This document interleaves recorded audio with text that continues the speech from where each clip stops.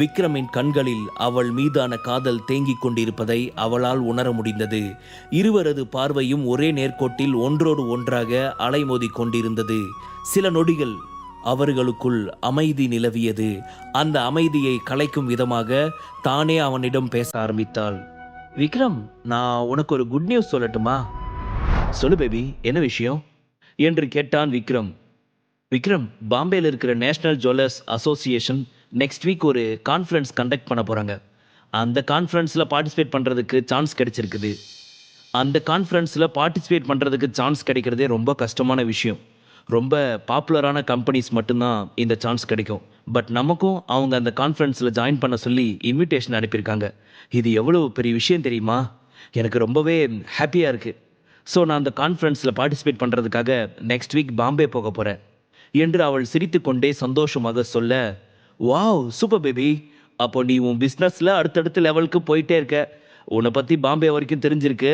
அதனால தான் அவங்க உனக்கு இன்விடேஷன் அனுப்பியிருக்காங்க. உண்மையாகவே நீ திறமசாலி தான் போ என்று அவளை பாராட்டினான் விக்ரம். உன்னோட சப்போர்ட் இல்லாட்டி கண்டிப்பாக இதெல்லாம் நடந்திருக்குமா விக்ரம் என்று அவள் கேட்க, நான் என்ன பேபி சப்போர்ட் பண்ணேன்? ஜஸ்ட் உனக்கு பிஸ்னஸ் ஸ்டார்ட் பண்ண எல்லாத்தையும் அரேஞ்ச் பண்ணி கொடுத்தேன். அதுக்கப்புறம் இந்த அளவுக்கு எஃபர்ட் போட்டு முன்னுக்கு வந்திருக்கிறது யாரு? நீ தானே. இது முழுக்க முழுக்க உன்னோட திறமையினாலே கிடைச்ச ஒரு நல்ல விஷயம் என்று அவன் சிரித்து கொண்டே சொல்ல, அதெல்லாம் இல்லை விக்ரம், நீ என்ன சொன்னாலும் கண்டிப்பாக இது முழுக்க முழுக்க உன்னோட சப்போர்ட்னால தான் எனக்கு கிடைச்சிச்சு என்று பிடிவாதமாக மறுத்துவிட்டாள். அதன் பின் தானே அவனிடம், விக்ரம், நான் அந்த கான்ஃபரன்ஸில் ப்ரெசென்ட் பண்ணுறதுக்காக ஒரு சில ஜுவல்ஸ் டிசைன் பண்ணியிருக்கேன். இதுதான் அந்த டிசைன்ஸ். இதெல்லாம் எப்படி இருக்குன்னு பாரு. இதில் ஏதாவது மிஸ்டேக்ஸ் இருந்துச்சுன்னா சொல்லு, நான் சேஞ்ச் பண்ணிக்கிறேன் என்று அவள் தான் டிசைன் செய்து வைத்திருந்த ஃபைலை அவனிடம் நீட்டினாள். போன முறை ஜுவல்ஸ் காம்படிஷன் பொழுது விக்ரம் கொடுத்த ஐடியாஸ் அனைத்தும் சுரபிக்கு மிக சரியாக ஒர்க் அவுட் ஆனது. அதனால் விக்ரமின் திறமை பற்றி நன்கு அறிந்திருந்தவள் இப்பொழுது தான் செய்து வைத்திருக்கும் அந்த ஜுவல்ஸ் டிசைனில் விக்ரம் இன்னும் சில ஐடியாஸ் கொடுத்தால் நன்றாக இருக்கும் என்று தோன்றியதால் தான் அவனிடம் இந்த ஃபைலை கொடுத்து அவனிடம் இப்பொழுது ஐடியா கேட்டுக்கொண்டிருக்கிறாள். ஓகே பேபி, நீ நெக்ஸ்ட் வீக் எப்போ போகிறேன்னு சொல்லு, நானும் உன் கூடவே வரேன் என்று சொன்னவன் அவள் கை வண்ணத்தில் ரெடியாகி இருந்த அந்த ஜுவல்ஸ் டிசைன் அனைத்தையும் பார்த்து வியந்தவன் மனதிற்குள், நம்ம பேபிக்கு உண்மையாகவே ரொம்ப நிறைய திறமை இருக்குது. எவ்வளவு அழகாக டிசைன் பண்ணியிருக்கா. பார்க்க அவளை மாதிரியே லட்சணமாக அம்புட்டு அழகாக இருக்குது. இதில் என்ன போய் நான் குறை சொல்ல? நான் என்ன குறை சொல்ல முடியும்? எல்லாமே அவ்வளவு சூப்பராக இருக்குது என்று மனதிற்குள் நினைத்தவாறு ஒவ்வொரு டிசைனாக பார்த்து கொண்டிருந்தான். அதன் பின் அவளிடம், பேபி, உன்னோட டிசைனில் குறை சொல்கிற அளவுக்கு எதுவுமே இல்லை. பிகாஸ் எல்லாமே நீ அந்த அளவுக்கு பர்ஃபெக்டாக பண்ணியிருக்க. உன்னோடதே ஆல்ரெடி டைரெக்டாக அங்கே போய் ப்ரெசென்ட் பண்ணுற அளவுக்கு தான் பக்காவாக இருக்குது பேபி. இருந்தாலும் உன்னோட விருப்பத்துக்காக நம்ம இன்னும் இதில் ஒரு சில டிசைன்ஸ் எக்ஸ்ட்ரா ஆட் பண்ணால் இப்போ இருக்கிற இந்த அழகு இன்னும் அழகாகும் என்று சொன்னவன் அவளிடம் தனக்கு தோன்றிய ஐடியாஸ் அனைத்தையும் சொல்ல தொடங்கினான். அப்பொழுது சுரபி சிரித்துக்கொண்டே கண்களை இமையாது அவனையே பார்த்து கொண்டிருக்க, நடுநடுவே அதை கவனித்த விக்ரம் அவளது வசீகர பார்வையால் நிலை குலைந்து போனான். தான் சொல்ல வந்த ஐடியாக்கள் சொல்ல முடியாமல் திணறினான். அவனது இந்த தடுமாற்றம் சுரபிக்கு இன்னும் சிரிப்பை வர வைத்தது. இருந்தாலும் வேண்டுமென்றே விடாப்பிடிவாதமாக விடாது அவனையே பார்த்து கொண்டிருந்தாள். அவனோ அவளின் இந்த செயலால் தன்னை எவ்வளவோ கட்டுப்படுத்தி கொள்ள முயற்சி செய்தாலும் விக்ரமால் அது முடியாமல் தான் போனது. அவளின் பார்வை அவனை என்னவோ செய்ய ஆரம்பித்து மனதிற்குள், இவ வேற இப்படி வச்ச கண்ணை வாங்காம பார்த்த பார்வையாலேயே என்னை தாக்குறாளே. இப்படியே பார்த்தனா எனக்கு தோன்ற ஐடியாவும் தோணாது போலையே என்று மனதிற்குள் நினைத்து தவித்தவன் அதன் பின் ஒரு வழியாக கஷ்டப்பட்டு தனக்கு தோன்றிய ஐடியாஸ் அனைத்தையும் சொல்லி முடித்து விட்டான். அவ்வளவுதான் பேபி, எனக்கு தோன்ற எல்லா ஐடியாஸையும் நான் சொல்லிட்டேன். இந்த ஐடியாஸ் எல்லாத்தையும் ஃபாலோ பண்ணி இன்னும் எக்ஸ்ட்ரா நம்ம டிசைன்ஸ் ஆட் பண்ணணும்னா இப்போ நீ பண்ணியிருக்கிற இந்த டிசைன் இன்னும் அழகாக மாற நிறையவே சான்ஸ் இருக்குது. எல்லாத்தையும் ஒன்ஸ் கிளான்ஸ் பார்த்துக்கோ. அப்புறமா உனக்கு ஓகேன்னு தோணுச்சுன்னா இந்த டிசைன்ஸ் எல்லாத்தையும் ஆட் பண்ணிக்கோ என்று அவன் சொல்லி முடிக்க சுரபியும் சரி என்று ஒற்றை வார்த்தையில் பதில் சொல்லிவிட்டு அவன் மீது இருந்த தன் பார்வையை விலக்காது இருந்தாள். என்ன பேபி, மாமாவை வச்ச கண்ணு வாங்காம பார்த்துக்கிட்டு இருக்க? அவ்வளவு ஆசையா என்று அவன் சொல்ல, அவளோ அவன் பேசிய எதுவுமே காதில் கொண்டதாகவே தெரியவில்லை. இதுவே அவள் சுய நினைவில் இருந்திருந்தாள். ஹே விக்ரம், இந்த மாதிரி எல்லாம் உன்னை பேசக்கூடாதுன்னு நான் சொல்லியிருக்கேனா இல்லையா என்று செல்லமாக மிரட்டி அவனுடன் சண்டையிட ஆரம்பித்திருப்பாள். ஆனால் இப்பொழுதோ அவள் தன்னிலை மறந்திருந்தாள்.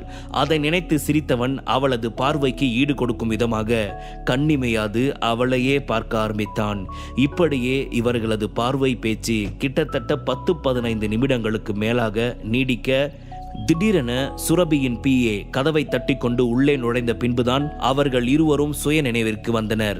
பிஏ தான் கொண்டு வந்திருந்த ஃபைலை கொடுத்துவிட்டு வெளியே போக இருவரும் தங்கள் நிலை கண்டு ஒருவர் முகத்தை ஒருவர் பாராது சிரித்து கொள்ள அவர்கள் இருவருக்குள்ளும் வெட்கம் சிவதாண்டவம் ஆட ஆரம்பித்தது. பின் விக்ரமே அவளிடம், பேபி, எனக்கு வெளியே வேலை இருக்கு, நான் போயிட்டு வந்துடுறேன் என்று சொல்லிவிட்டு அங்கிருந்து கிளம்பிவிட சுரபி இத்தனை நேரம் தான் இருந்த நிலை பற்றி நினைத்து, சுரபி, வர வர நீ போற போக்கு சரியே இல்லை என்று தனக்குத்தானே சொல்லி சிரித்து கொண்டவள் தலையில் செல்லமாக அடித்து கொண்டாள். அதன்பின் அவர்கள் இருவரும் தங்களுடைய வேலையில் கவனம் காட்ட ஆரம்பித்தனர்.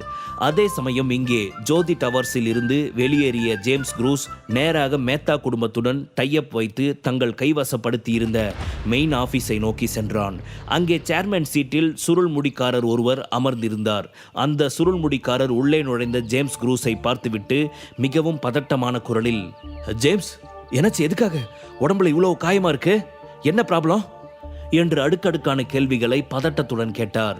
உடல் வலியால் அமர முடியாமல் அமர்ந்த ஜேம்ஸ் தன் முன்னால் இருந்த சுருள்முடிக்காரனை பார்த்து, ஹாய் மிஸ்டர் டேனி, நீங்க எப்போ வந்தீங்க?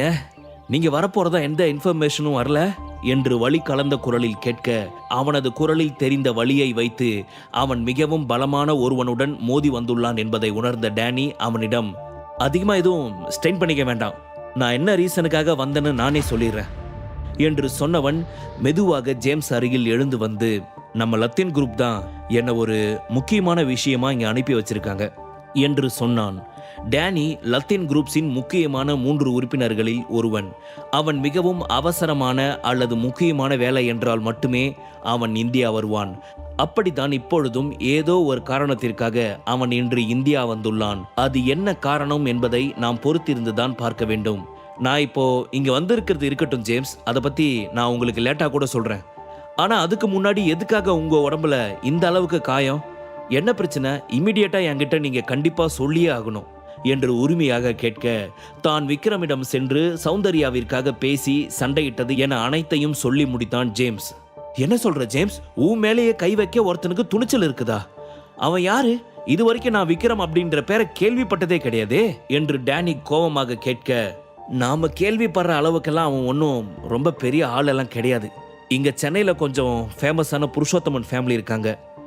இவன் அங்கதான் அவங்களோட வீட்டோட மருமகனா இருக்கான். இவனை அங்க யாருமே அவனை மதிக்கிறது கூட கிடையாது.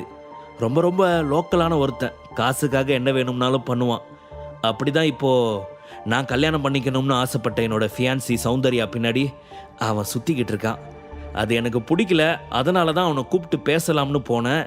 இந்த மாதிரி போட்டு அடிச்சிட்டான். அது மட்டும் இல்லாமல் நான் கூட கூப்பிட்டுட்டு போயிருந்த பாடி கார்ட்ஸ் எல்லாரையும் வேற அடிச்சிட்டான்.